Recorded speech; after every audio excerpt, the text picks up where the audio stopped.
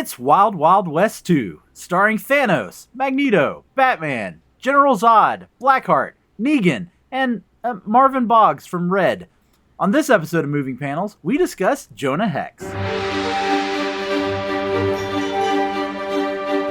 Welcome to Moving Panels, the podcast where we discuss movies and TV shows based on, inspired by, and adapted from the world of comic books.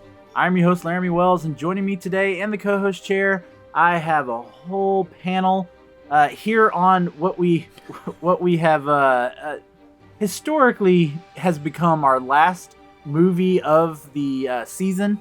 Our year ends here at the end of August, and we typically pick a really bad movie. And it's usually Tim, it's been Nick a couple of times, Nicholas. But today, I have not only Tim Williams joining us. Welcome, Tim. Well, since you have a panel, can I leave? Yeah. I just had to Then rope. you watched that movie for nothing. I had to rope in as many people as I could. I guess since I suffered through it, I might as well talk about it. And then I had to bring in two people who suffered with me watching this movie in theaters.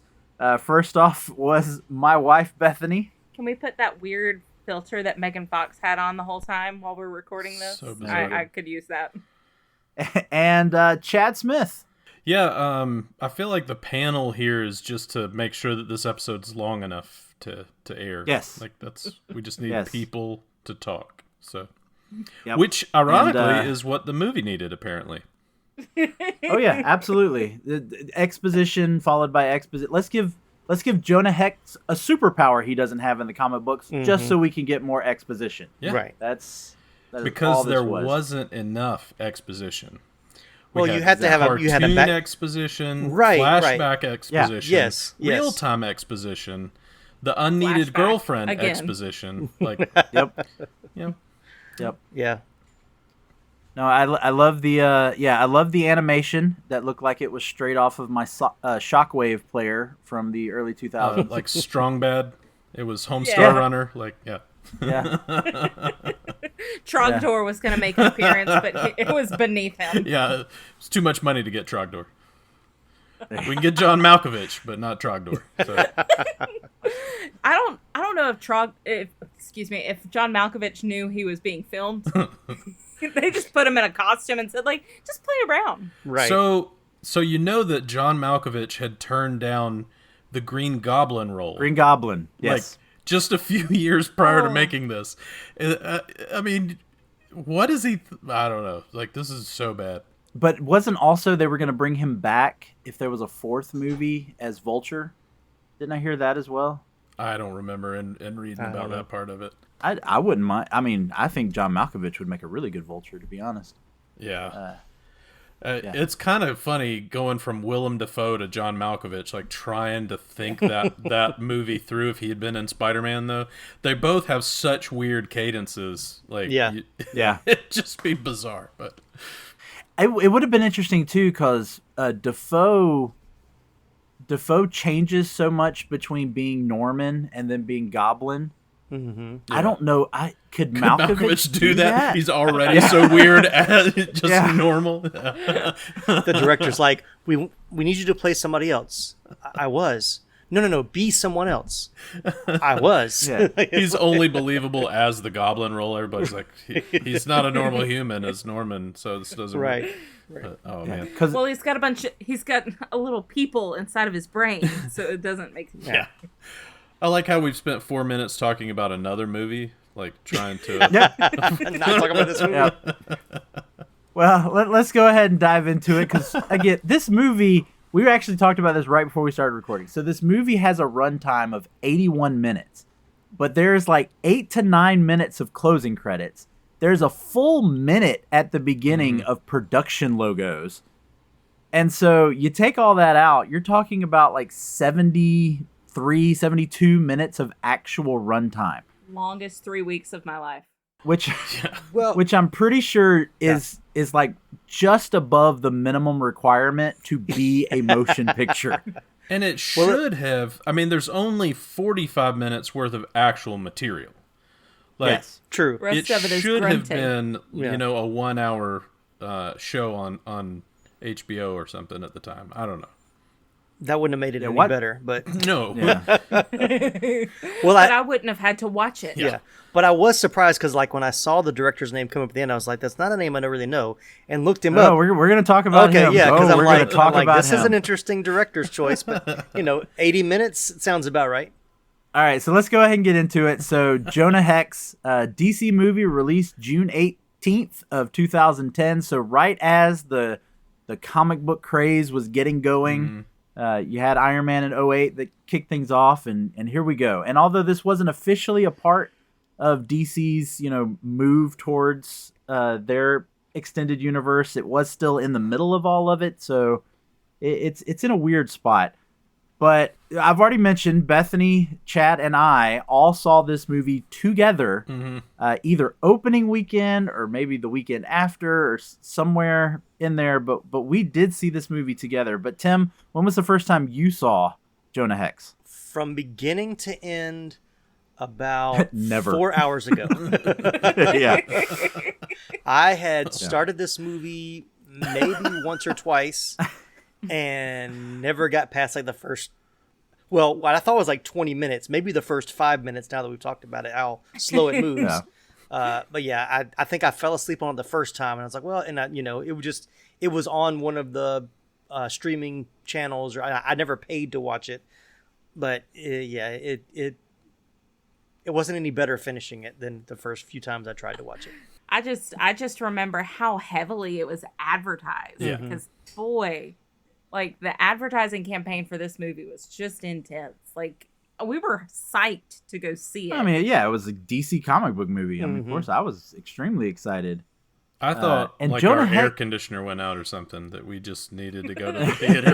But, no. That could have been. Yeah, we were in South Georgia. Well, like so- based on that date, it was probably you coming to visit Chad and I, because I was at Georgia Southern at the time, for like your birthday maybe time. possibly. And we were like, for your birthday, let's go see. No, it was probably my idea though. That was the thing. Let's go ruin your birthday with this terrible movie. Yeah. Oh, No, yeah. Chad and I have seen a couple of things like that. So Yeah. we'll, but yeah. So here we are. We got Jonah Hex. I'm gonna leave more talking about the comic book for the moving panel section because that's all I get to talk about in the moving panel section for this one. So we're just gonna talk about the movie here. So the movie was written by Mark Neveldine and Brian Taylor, credited as Neveldine Taylor at the time. They had done the movie Crank with Jason Statham and also did the sequel, Crank High Voltage. They also did the movie Gamer with Gerard Butler. Yeah, I saw that. Yes. And then after this movie, they would go on to direct Ghost Rider Spirit of Vengeance. That makes What a a lot of track sense. record. Yes, it does. Because this had some Ghost Rider, vibes to it. This has Yeah. big Crank vibes too. Two. No. Yeah. Oh man. But apparently they wrote a script that was actually kind of an R-rated film, and they were even at one point set to be the directors of this film. They then left due to creative differences. They do still get writing credit along with someone else who I forgot to write down, who apparently wrote a script back in '97, but he still is getting writing credit for this. He wrote down Jonah Hex movie ? But yeah, and then it got trimmed down by both Josh Brolin, who apparently had a lot of creative control once Neveldine Taylor left, and then the new director, the man whose name is on this, not Alan Schmitty, as probably should have been, but it is directed by Jimmy Hayward. Now, as Tim was saying, do I know the name Jimmy Hayward? Well, let me give you a few things. So first off, he's an animator. Mm-hmm. That is what he That is. tracks, He is I an guess. animator. He was one of the primary animators on the Reboot TV show. I don't know if y'all remember that. I loved the Reboot. It was computer animated. Yeah. I thought I was waiting for animated the world. show. You were like the reboot. No. The show was called Yeah, it Reboot. took me a Yeah. minute. Like I was Yeah. like, yeah. I was waiting for it. And then he was an animator for Pixar. He was involved in several of the earlier Pixar movies: Toy Story, Finding Nemo, Bug's Life, Monsters Inc., a bunch of those new ones. Which is funny because June 18th of 2010, when this movie came out, is also the exact same date that Toy Story 3 came out. Why did we go see this? So I don't know if he maybe Disney had him working under the table with Warner Brothers. Yeah, we're gonna. How about you make this movie? That way we can have Toy Story 3 be better. But you're going. So why did they pick an animator? Well, he had directed one movie before this one, and that movie was Dr. Seuss's Horton Hears a Who. Ah, classic. That was the one and only directorial credit. Yeah, that I really think Jimmy Hayward had. Western when I see Uh-huh, Horton yeah. Hears a Who, makes sense. Live action. Right. Yeah. Yeah. Yeah. Another Sure. movie that is probably only 80 minutes that feels about 2.5 hours long, I think. Nice. Yeah, you know what? I don't think I've seen Horton Hears a Who since it came out. Right. I don't know if I've ever sat and watched it from beginning to end. I don't think Hannah got all the way through it when she was a child, and it came on TV. Nice. So. And speaking of another movie that I have never seen that is probably really short, is the only other movie Jimmy Hayward has directed, and that's Freebirds. Another animated Yep, movie. Yeah. I did see Owen that Wilson. I can't remember who all the Woody Harrelson, I think, is one of the voices. Yeah. Because when you I'd never think never saw that kids one movie either. casting, Woody Harrelson immediately Woody Harrelson, comes absolutely. to mind. Absolutely. Yeah. For sure. All right. Yeah. So who in the world thought this man was going to be good at not only a live action movie, but a live action Western? No. A live action comic book Western. You get It was apparently Brolin's idea from what I gathered in my research. yeah. Maybe Brolin shouldn't have had as much creative control as Part he of me had. wonders, was Brolin already talking to Marvel about Thanos at this point? Yeah, maybe. Hey, look, I got roped into a 5-picture deal to play Jonah Hex. Right. So we got to find a way to get me out of this. Well, he did. Let's bomb the first movie. Yeah, I did read that he was. Snap his fingers. Yeah, he was hoping to be more like a high plains drifter type of Western. That's what he had signed on for, and then Yeah. was very disappointed once it got into production and had all the issues that it did. But Because really, prior to this movie, I mean, Josh Brolin was more of a Oscar bait actor. Oh yeah, is what he No was. Country for Old Men. Yeah. Yeah. Mm-hmm. But yeah, I also read that Jimmy Hayward, the director, was apparently a huge fan of the Jonah Hex comics, which I go, Really? really? Really? Yeah. Right. It's not very evident. Well, what was the thing you were a fan of? The fact that it was a book with pictures in it, maybe. Well, he did wear a He didn't custom. look at the words. Yeah, he did wear a custom cowboy hat all during filming, so to show his his diehardness to Jonah Hex. His desire to not be seen by the sun. Yeah, but that had nothing to do with Jonah Hex. He was just a really big fan of Robert Rodriguez. Yeah, there you That's go. what, There you go. So, yeah, just mimicking his directorial style of the cowboy hat. Yeah. Okay, let's go ahead and get into these characters. We already talked about some of them, but so we'll start off. Obviously, we're talking about Jonah Hex himself, played by Josh Brolin, who would later go on to play better characters like Thanos and Cable in the MCU. And I found out he actually originally hated the script, but he grew to like it because he liked the tongue-in-cheek tone, which Bethany and I watched a video of people talking about this movie. And there was another woman who, I'll go ahead and say this, she only saw the movie because the movie she was there to see in the theaters got canceled. And so that's why she went and saw Jonah Hex. But she also said that she liked the tongue-in-cheek humor. And I'm honestly sitting there going, what tongue-in-cheek humor? Maybe she was talking about when you could see his tongue through his cheek? Yeah, that's what yeah, I maybe that thought, was it. Maybe it was tongue-through-cheek humor. Yeah. Yeah. Holy cow. That could be it. Yeah, which they Yeah. made sure you knew about. Like, if you didn't see the whole whiskey dribbles out of hole. Yeah, anytime he took a drink at a bar, it dribbled out. Yeah. Yeah, man. Absolutely. That's the detail I want in these type of movies right there. So, Story, plot, doesn't matter, but I want to see the dribble coming out of his mouth, out of his cheek. Yeah. I mean, it is Hollywood. So, was this during Josh Brolin's like peyote phase or something that it grew on him? Like, I don't know. Well, you gotta give some respect to the fact that they did pay attention to like a detail, and it was that. Yeah.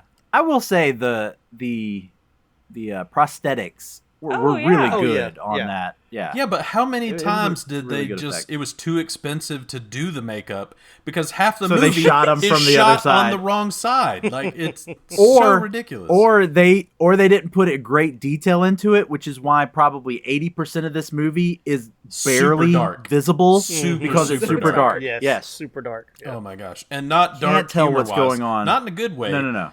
This, No. backing up just a little bit, like the production companies that are involved got me with this because on one hand you have all the people that did The Dark Knight, so you're like, oh, Warner sweet. Brothers, like, Legendary, this is gonna be DC. awesome. Right. And then you Yes. have Weed Road, and and you're like, wait a minute.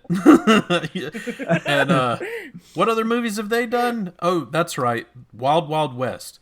And we got only one thing from The Dark Knight, it being literally dark. That was it. yes. And then we got all the I don't know. There was stuff. a lot of growling. I know. There was a lot of grrr. We got all the stuff you hated from the Weed Road production people. So, and none of the charm of Will Smith being there to make it halfway palatable. Right. So let me ask, I did find out that there was one other possibility for Jonah Hex. So although he was never offered the role, Thomas Jane wanted the role. What? Yes. The Punisher wanted to play Jonah Hex. All right. It might have it have worked. been It might worse? have worked. Right. Oh, Thomas Jane's a good actor. Like, Yeah, it might have worked. That's why I'm saying. Would it have made it worse? Who knows? I mean, this was, 2010 was this around the same time that he did The Mist? Is that about? Am I off on my years thought that I there? was don't remember when before. that came out. No, I think Maybe. the mist was Okay. before that. Maybe. All right. I mean, he has that like very angular, like Western trope face that would work with that. Like I could see, even the prosthetic like would look good on Thomas Jane's face. So he could have done it, I'm Maybe. sure, but Possibly. Let me tell you who couldn't have done it like anyone else, and that's Quentin Turnbull, played by John Malkovich. Now, this is a comic book character. They did use other comic book characters other than Jonah Hex. This character first appeared in Weird Western Tales, number 22, in June of 1974, although slightly different. He is not a Civil War Confederate commander of any sort. He was just a rich plantation owner in the comics. But all the rest of the story is loosely the same. He blames Jonah for the death of his son Jeb, although in the comics Jeb dies in battle. right. Mm-hmm. But he blames Jonah for his son being killed.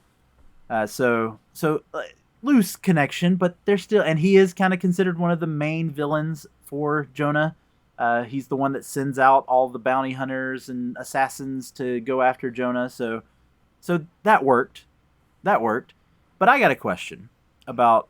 We can talk about Malkovich, but I have one question. How old is he supposed to be? He's the age of John Malkovich, which is ageless. Because he's also supposed to be the father of Jonah's best friend, who was played by Jeffrey Dean Morgan. Mm-hmm. Yet another man who went on to do better comic book characters. And Jeb, like I said, is also from the comics. But age-wise, John Malkovich is only 13 years older than Jeffrey Dean Morgan. I didn't look to see how much older he was than Josh Brolin. But considering he is supposed to be the father of a friend of this character, and Jonah's not a young man, like, how old is Quentin supposed to be? I think it's just one of those like tropes of the 1800s. You were young until you were 25, and then you look like you're 70. So it's just vague age in hats. Right. Yeah. Like that's Sunscreen hadn't been invented yet. Yeah. There are just certain skin tones that don't react well to the sun. Well, it's just like, I'm a big professional wrestling fan. It's like Arn Anderson has looked 50 since the 80s. Like, that's one Even when he was 30-something years old, Which he was looked bad 50. then, but now. I know you look back and great. you see Hulk Hogan, you're like, I'm pretty sure he's 55. He was 27. And you're like, oh my God. Yeah. Right. We've also got Lila Black, who possibly could be a character from the comics. That's kind of the female version of Jonah Hex, but it's a different first name. The first name's Tallulah, I believe, and then the But second name's Black. You find out that her real first name is Tallulah, yeah. Right. In So, some weird throwaway line that if you've already fallen asleep like I had, yeah, yeah. So I don't know if she's meant Well to be that played. character or if it's just a nod to that character, because that character is very similar to Jonah Hex. She's scarred up. She's actually missing an eye, so she wears an eye patch. But she essentially is the female version of Jonah Hex in the comics. But I didn't mention here, played by Megan Fox, because it was 2010. they had Legally, she they had to had be gotten there. rid of her from the Transformer movies, and She couldn't get along with and Michael this movie Bay, went, so. yeah, come over this way. Mm-hmm. Yeah, I'm just gonna go ahead and say, I know I usually ask this question at the end, but I don't like this character. I Yeah. don't see the point of this character. Yeah. Nope. I was actually glad that she wasn't in it as much as I thought she was going to be.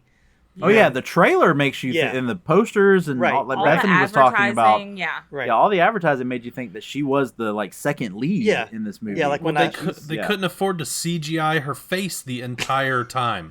Like, That is why? so was weird. so Why do you odd. hire They- somebody who is aesthetically Objectively pleasing? gorgeous. Yeah, Right. like, Yeah. Right. why do you hire her and then Photoshop her face for the entire movie? It's so bizarre. Rub, It was so rub weird. Vaseline on the screen every time she's on. What happened here?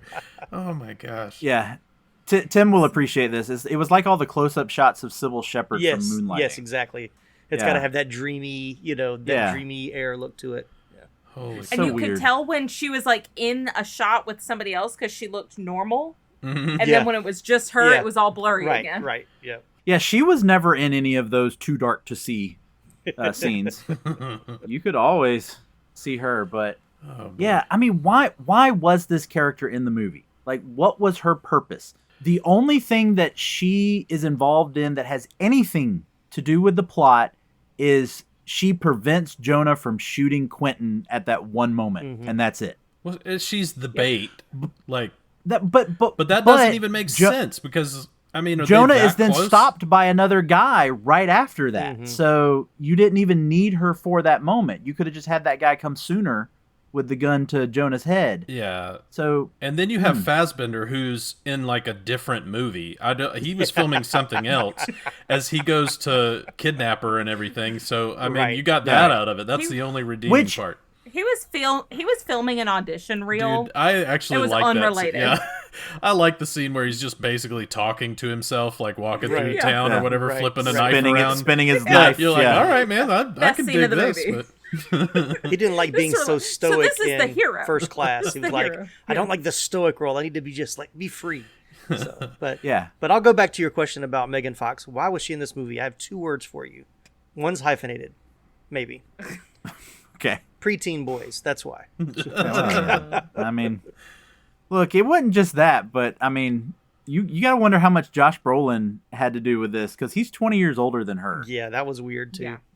And there was a love scene filmed, and it was partly shown at, I think, Comic-Con that year leading into this. And then it was cut from the movie. And I would bet you money that Josh Brolin has that on a shelf at home. Really.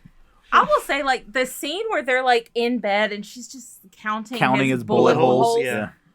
is the cringiest, ickiest. Like, every time she looks at him like she would look at her father. Like, that's the vibe I hope not. I'm getting. yeah. No. The vibe where she's just like, Dad, yeah. But it's supposed to be sexy. I don't know. It Or really is freaked that me out. CGI? Who knows? Like, Yeah. That what they CGI on her face. But my other problem with her character is that one of the big things about Jonah Hex, especially the Jonah Hex from the comics, is his moral code.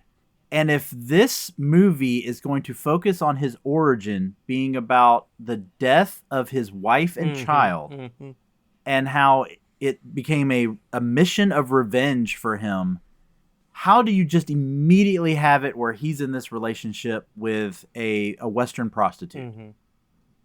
I have a problem with that to the character of Jonah Hex. Yeah, I do too. And it seems like the director he was taking way too many tropes from like what was popular at the time. And so you look at the Westerns that were happening then, on both ends of the spectrum, the Western prostitute was a must-have cliche, just like every other cliche in this movie, like the half-dead man on the horse whose horse is loyal and takes him to safety. And just, there's so many Western, tropes that he just copies.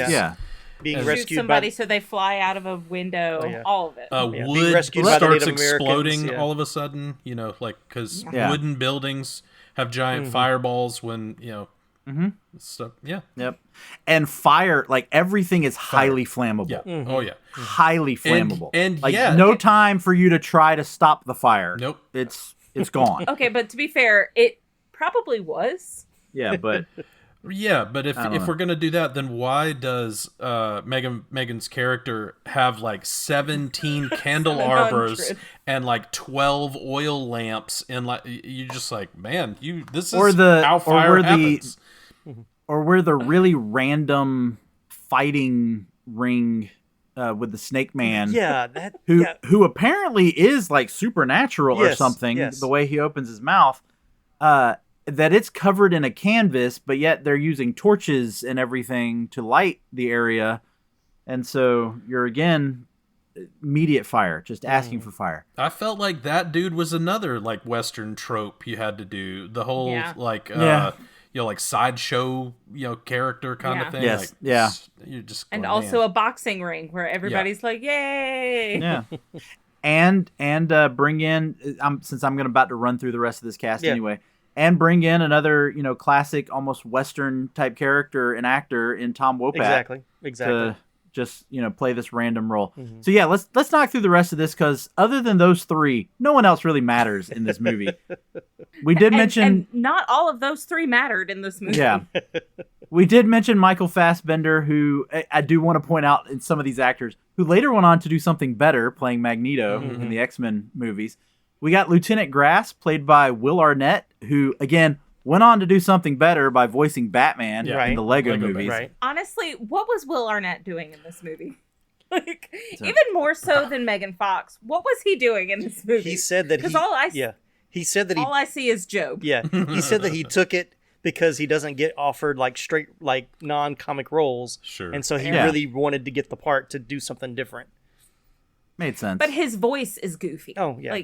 He just has a goofy voice. Yeah.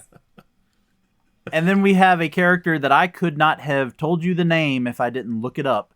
And that was Dr. Cross Williams, who's the guy running the fighting thing with the Snake Man, who is played by Michael Shannon, who I'm going to just guess is a friend of Brolin and came in to do...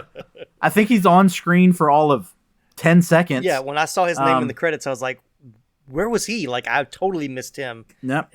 He's the guy running the fighting rink. Of course, he would later go on to do something better and play General Zod in Man of Steel. Then you get Adelman Lusk, played by Wes Bentley, playing a very similar character as he would play in the Hunger Games. But here he is in this movie. And again, only for, 3 minutes of total screen time? They just got their money's worth with the facial hair. They were like, you can keep this and then loved his mutton chops. Loved the mutton chops. I was going to say, I think he just takes any movie role where he has funny facial hair. Like, that's as long as that's the part of the character he's in. I'm not going to say he did a better comic book movie, but he did play Blackheart in Ghost Rider, so he did another comic book movie.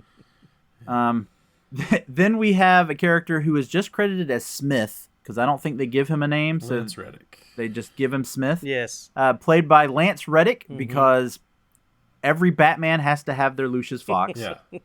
Every Bond has to have their Q. Whatever you have here. Every John Wick has to have his hotel. No, Yeah. every John Wick has to have their Lance Reddick. Yeah, exactly. He's playing the same character he plays in the John Wick movies. It's like when he started showing the guns, I'm like, oh, that's your character. Okay, yeah. So, yeah, we'll just so much for being typecast. Go for it. Yeah.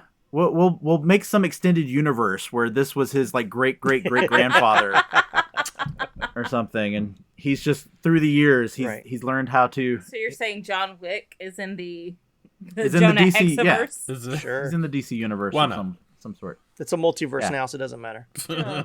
Then I've already mentioned Colonel Slocum, played by Tom Wopat, Luke Duke himself. And then President Ulysses S. Grant, played by Aidan Quinn. So Who looks stacked so cast. much like Ulysses S. Grant. Yes. You know. Yes. Like, yes. what? Yes. I want to know the I mean, other dude okay, who was the Timu who- Matthew Broderick out of Glory. Like, Yeah. he was trying Going hard back to to- look like Matthew Broderick. Like, Going back to President all? Grant, who was a better President Grant, Aidan Quinn or Kevin Kline? I like Kevin Y'all Kline. got very quiet for I like that. Kevin Yeah. Kline. Look. I mean, you kind of judge that on the project. Let's be honest. Yeah. Like, Aidan Quinn's sort of screwed. So Yeah. So. All right, so we ran through all of these. You already know my answer to one of these, but as always, I ask the question, who do you want to see again, and who do you wish would explode into ash when you punch them in the face after you've already killed them with a ship propeller? Bethany, I'll let you go first on that one. Okay, so who I want to see again? I would have liked Seymour Smith. His character was actually pretty interesting. And then apparently he has sons that we're supposed to Yeah, care that's about true. later. Yes, yeah. Yeah.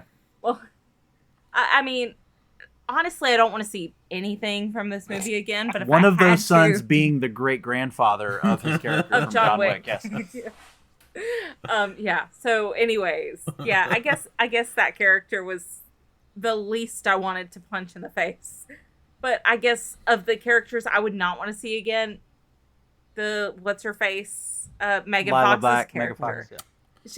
There was no point to her, except they fridged her, like, and it was a pointless fridging, and it was it was just really awkward and really irritating, and it's just lazy. yeah, it was So- very lazy writing. 100%. Very lazy. Yeah, the villainy in this movie all around extremely lazy writing. That being said, the one that I would want to see more of is crazy Michael Fassbender doing his Irish Yeah, there we accent, go. like wandering around. I just want to see the side movie that he was making. You know, it's like, and you know, I want to follow that side quest. yeah, exactly. Right? Let's just go over here. Switch characters. He at least was interesting. I mean, I don't know. And let's see, not to just jump on the Megan Fox part of it. I mean, that's what they wanted to do. That's why they put her in the movie. Gross. Go to your room. Oh, they even said it Absolutely in the movie. The whole, like, the arguably the most famous line in the Wouldn't movie. you? Yeah, like, wouldn't you pat me down? Shut like, up. This is terrible. So yeah, No, I guess so. You could be. You could be his child. Like, stop it. All right, Tim, how about you? Oh, did Chad give his? Yeah, he went ahead and just, You just stuck with gave Megan in? Fox. Okay, yeah. There's got to be a better way to say that. I think I'm right in line with Bethany. I think I would have liked to have seen more of Smith. I think when he came on, I mean, I like anything that he's in. You know, rest in peace. He passed away, way too soon. But yeah, especially when he came in and like being, the gunsmith or whatever, giving them the guns. I was like, I thought I was going to see more of him than just, I happened to be at the centennial celebration with my two kids that now we obviously care about. But and yeah, Megan Fox was so unnecessary in this movie on all points. But like I said, I'm glad that she was not in it as much as I thought she was going to be. So yeah. Yeah. And to be clear, like, not jumping on the bash Megan Fox train. Her character. Yeah, this character's terrible. Yeah. No, I don't- the I don't character's personally pointless. have anything just- against her right. as a person. Right. But her character was terrible. No, the character was pointless. Yes, that's where yeah. mine. Yeah, and again, so that's obviously mine that I would want to do with.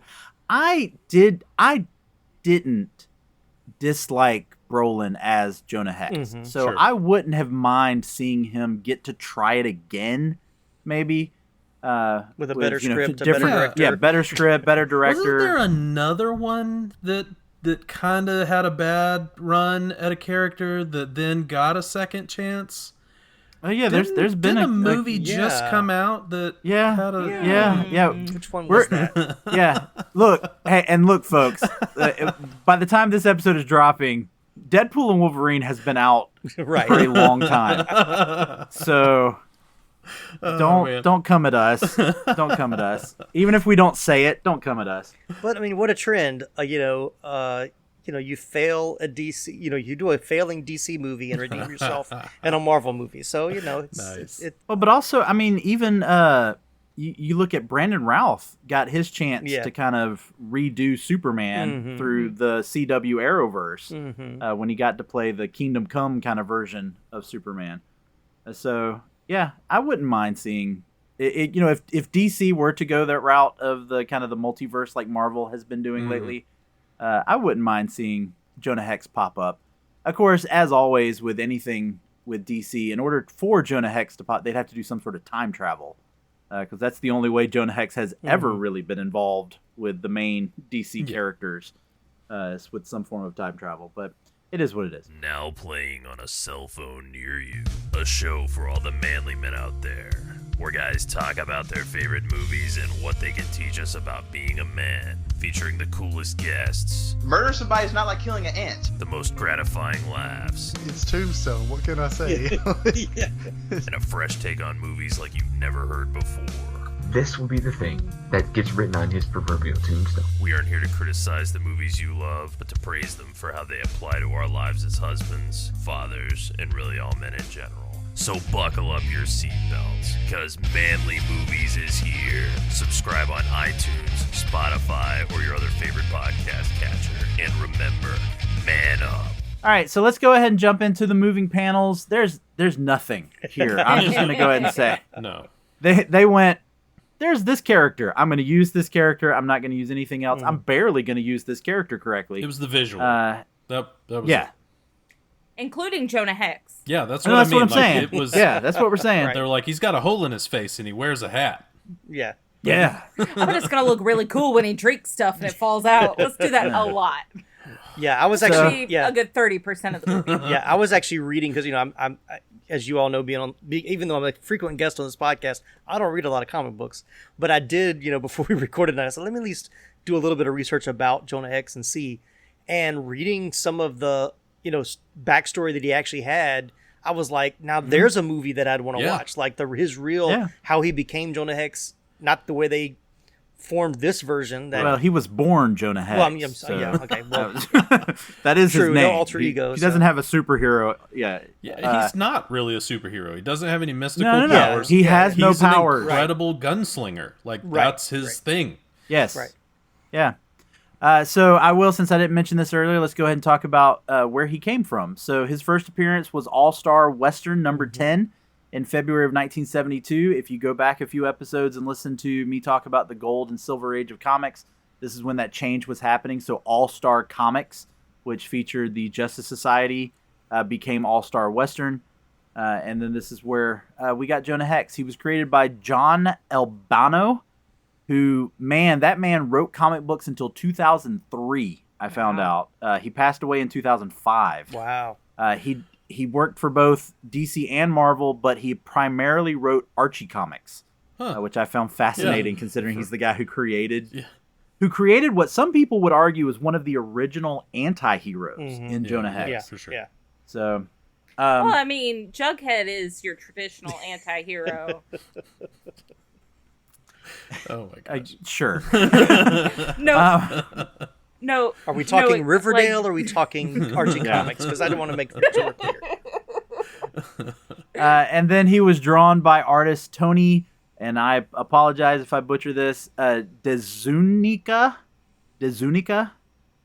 who is a Filipino artist who was actually one of the few who was accepted as a U.S.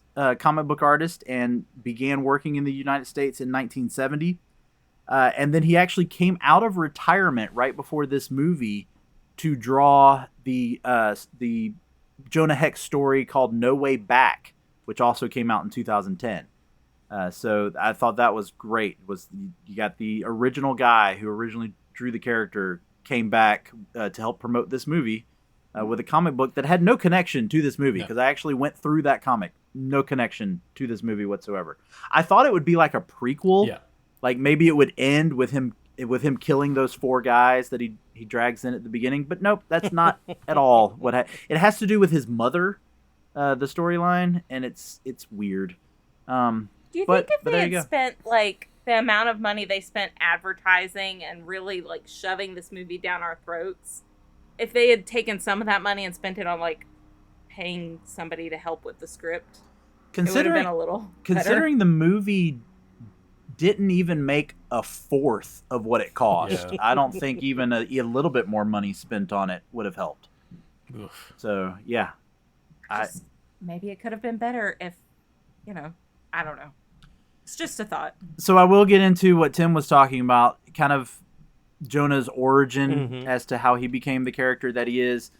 So the scar, that is his famous mark, that came in actually in Jonah Hex number 8. Not that you first saw it, but they tell the story in Jonah Hex number 8. Mm-hmm. Yeah, in January of 1978. The storyline is called The Mark of the Demon, because that's what it was. So what happens, and it is kind of an elaborate story, but I'll kind of make it quick. Jonah is in a fight, a trial by combat, with one of the members of the Native American tribe that has taken him in. He is tricked, however, during that combat to have a faulty weapon, and Jonah is forced to cheat, otherwise he would die.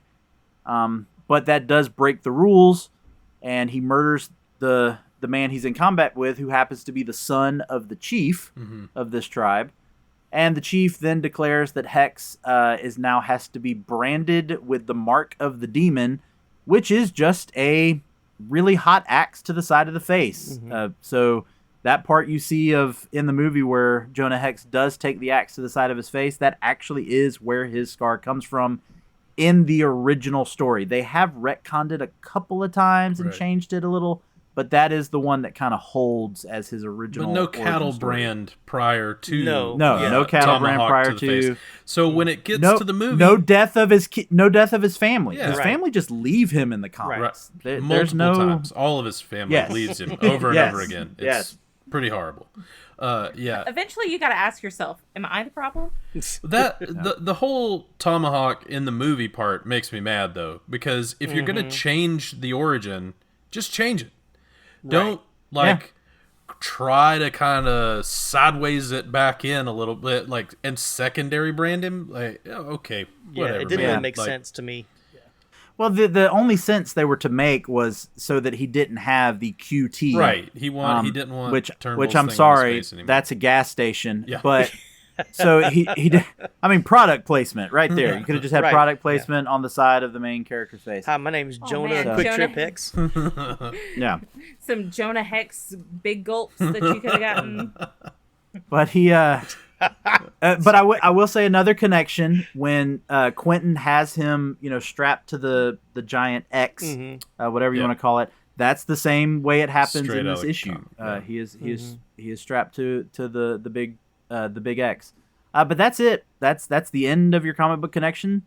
Again, the superpower of being able to touch dead people in order to get exposition, that has never happened. It's never been suggested that it happened. It's never been in a one shot somewhere that he did. That was something entirely made for the movie to give us some random exposition from. And he only uses it. Well, he uses it 3 times. The only time that it's actually a power, I would say, is when he kills Michael Fassbender. I would say that's the only time it's actually used as a power, quote unquote. Just for him to, really rub it in his face that I have killed you. Other than that, it's with Jeffrey D. Morgan. Apologizes. Yeah. So I don't know. I mean, he uses it to get information, which if he's doing that, though, why not just murder people first and then get information from them? Yeah. I mean, that would lead you down a pretty dark road if you had that power. Right. If we're being a real anti-hero, it'd be then, real but easy you to know take what? that one off the deep end. Just like, you know what, They this actually is way give- easier. Just kill people. They actually give a reason why that wouldn't work, because if he did it like he does with Michael Fassbender, if he does it immediately, they burn up too fast. Oh. Because he does say the more recent you are from your original death, it happens faster, which makes no sense to me. You would think the longer. He's just got a wagon of bodies that he's waiting to interrogate, just hanging out. Like, anyways. So, speaking of things that don't make sense, what about the Dragon Balls? We haven't talked about this at all. It is on my notes. I was waiting. I actually was going to talk about Eli Whitney first, but the only thing that any of us remember from elementary school history had to be brought up. Yes. You know, so you felt but smart. I do want to point out, since I didn't have anything to connect to the comics, I will point out to just general history for people. So Eli Whitney, who did invent the cotton gin, did kind of start, a revolution. Check that box. Say, like, that's the one thing I remember from 4th grade. Yep. And he did, as they kind of say in the movie, he did build weapons for the government. Right. But the leap you have to go from I can separate seeds and cotton to I can create this nuclear weapon with Dragon Balls that you can hold in your hand and is perfectly safe and portable. Yes. Perfect. This Just don't glass. drop them. Just do not drop them. Totally cool. I'm just sitting But here and hold it while I'm no- drinking my tea. There's no explanation as to what this is.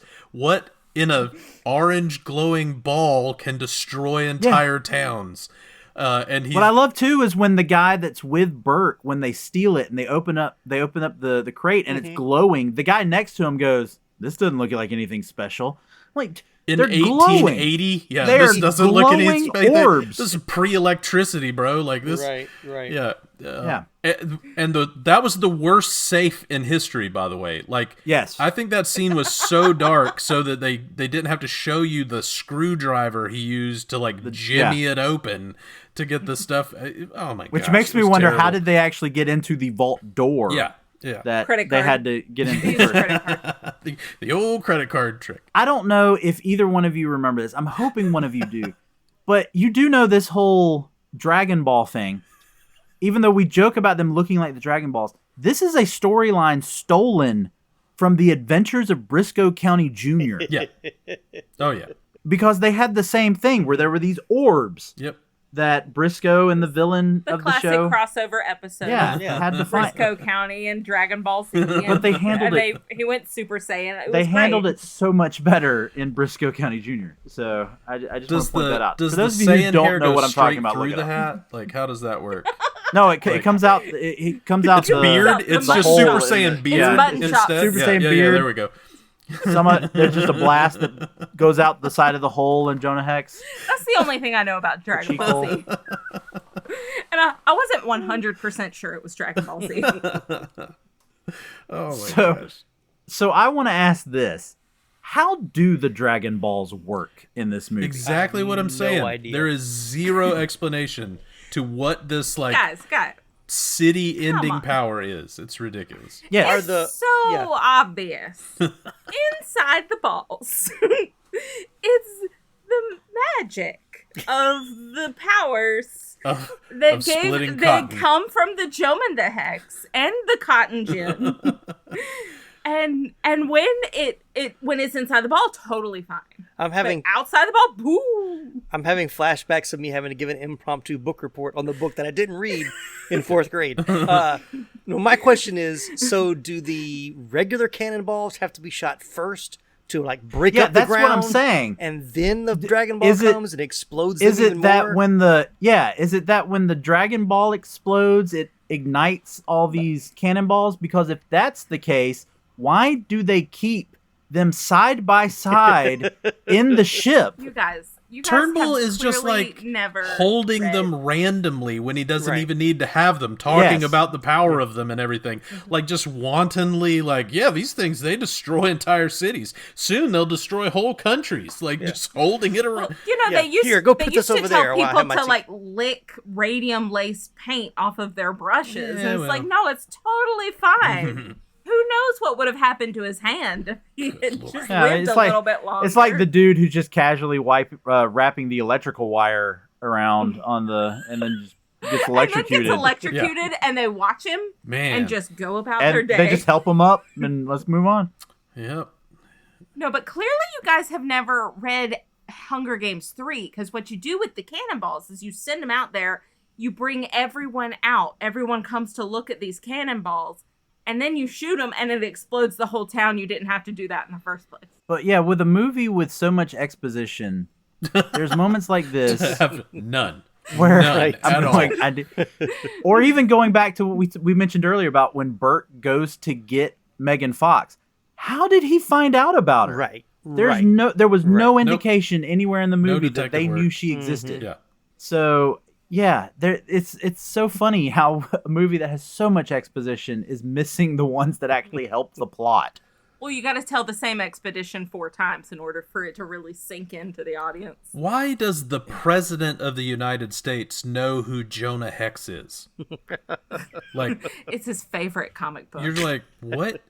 There's so much about this movie that makes no sense. And I'm with you. Like, the ridiculous amount of exposition makes it that much more frustrating. And why would, if the president and his, second, whoever the guy is that's The constantly dude talking from with Glory, him, right? yeah, why? Timu, Matthew Broderick, go ahead. Yeah. Why are the two of them, even though they're constantly talking about that Turnbull is going to attack one of these centennial moments, why do they then participate in one? Yeah. Yeah. How Like, about the president- shut let's- it down till you find the guy? Yeah, Yeah, let's just not do one Right. until we. Hold on, wait. You're the president of the United States. Now, granted, this is early United States. It's not all 50, but give me time. You have an army. You have cannons. You have guns. No, forget all that. Get this one dude that I heard about in some bar, on the corner, Yeah. about This this guy, bounty this hunter. bounty hunter that can talk to dead people. He's the one you need to save us all. Who still wears a Confederate uniform, FYI. Yes. Yes. And Yeah. nobody says Who a word literally about said the line, "Not my country." Right. And this is who we're rooting for, everybody. Well, but again, he's supposed to be an anti-hero. Like, that's the whole point of him in the comics. Okay, but that's pretty bad. But and then we get to the big, the final thing at the final conflict or whatever you want to say at the end, which again you have to turn all the lights off, close all the windows. You got there? Yeah, to try to see what's going gotta Still let on. the squint lamps and flood get right up over in the front of the TV. door. Right. But I can tell you, so there's a reason for us watching the movie why we can't see things. How the people who were standing on the shore listening to Grant, how they did not hear, see, or feel the almost nuclear explosion that occurs when they blow up the ship, Yeah. the submarine, Yeah. tugboat, whatever it is that Will Arnett is on, because we can't see it. When that explosion, how do they not react? How do they not go, oh, there must be a problem. Let's scatter. Yet they scatter extremely quickly somehow when one of the cannonballs lands, because there's nobody in sight that got hit by that cannonball. So, Well, because of plot. yeah. That's it. Man. All right. Look, we're about to hit the running time of this movie. So let's go ahead and get into it. Bag it, stack it, or trade it. Ooh, let's see if there's any shockers here. So I'll let Tim go first on this one. Ooh, let me think. Oh gosh, this is such a tough decision. I'll trade it. Do you want to give any reasons? Anything you want to say more than we've already said? Nope. Listen to the last 54 minutes Yeah. of this episode. Yeah, we've given way too much thought and breath for this movie, I think. To quote someone who's been on my podcast recently, I'll say this famous line: "This movie is horrible." So Yeah, there you go. Man, that was a smart person that said that. And he was right about that one, and I'm right about this one. All right, Bethany, what say you? It's a trade it. It's pretty bad. The first time we watched it, I think I forgot everything about it after the first 20 minutes. Afterwards, we watched it again today. I fell asleep halfway through. Yeah. Miss Jeffrey Dean Morgan. I saw his name in the credits, so I was like, "Oh, okay, cool." No, you don't. No, you don't see his name in the credits. He's completely uncredited. Okay, well then somebody said it to me. No, I said it. He said it, and I was just like, "Oh, yeah." And honestly, because it was so dark in that scene, I wasn't sure if that was Jeffrey Dean Morgan. I was like, "Is it? I can't tell." Yeah. All right, Chad, how about you? Oh man, usually when you have a trade it, there's like a value to what you're trading in that someone else would want. So I don't think for the 4 cent that I can get for this in trade, it's worth it. I'm just going to use it as like barbecue lighter fluid starter. We're just gonna this has just become kindling at this point. It's worth more money as that. We have a new category now called purposely lost it. Hex it. Hex it. Bag it, stack it, trade it, or burn it. Yes, that's a burner. Yeah. It's a burner. So but based off my 3 though, bag it, stack it, trade. I will also put it under the trade it, which is a rare one for me. Mm-hmm. Anybody who's listened to the show for 4 years knows that me saying trade it is very rare. But yeah, this movie it's so confused about what it wants to be. Mm-hmm. Oh yeah. Is it going to be a Western? Is it going to be a superhero movie? Is it going to be an action movie? It's so confusing. But even the way the movie's made, I mean, the editing is horrible in this movie. Mm-hmm. There not only the darkness that we've talked about, but there's even moments where I'm not sure where things are. Right. Like the way it's edited, like I can't get a sense of direction, like of where things are moving and heading. And it feels like there should be more to this movie, but at the same time, it's too much stuff as it is. It's stuff I don't want. Like I don't want the more. Right. I know Chad and I have talked about movies where we're like, we actually wouldn't mind it being longer because we wanted more. This one, I don't even want the more. Right. I don't want the extra. How this movie was made by anyone who knew anything about comic books or Jonah Hex baffles me. And like Chad mentioned, I mean, this movie is just one cliche trope after another. The same video that Bethany and I watched where the people were being interviewed after coming out, one guy even said it was extremely predictable. Like you could say everything that was going to happen. Oh yeah. And that's 100% right. And I hate it because Jonah Hex is such a great character. And he's been done well. You can go and look at even some of the animated stuff they've put him in. I mean, even the episodes of something as cheesy as The Brave and the Bold, like he was used well in those stories. Luckily, we did get to have at least a decent live action version of him in the Arrowverse on Legends of Tomorrow. We got to see for a couple of episodes. But I really wish they would give this character another chance. Do something a little grittier, a little darker.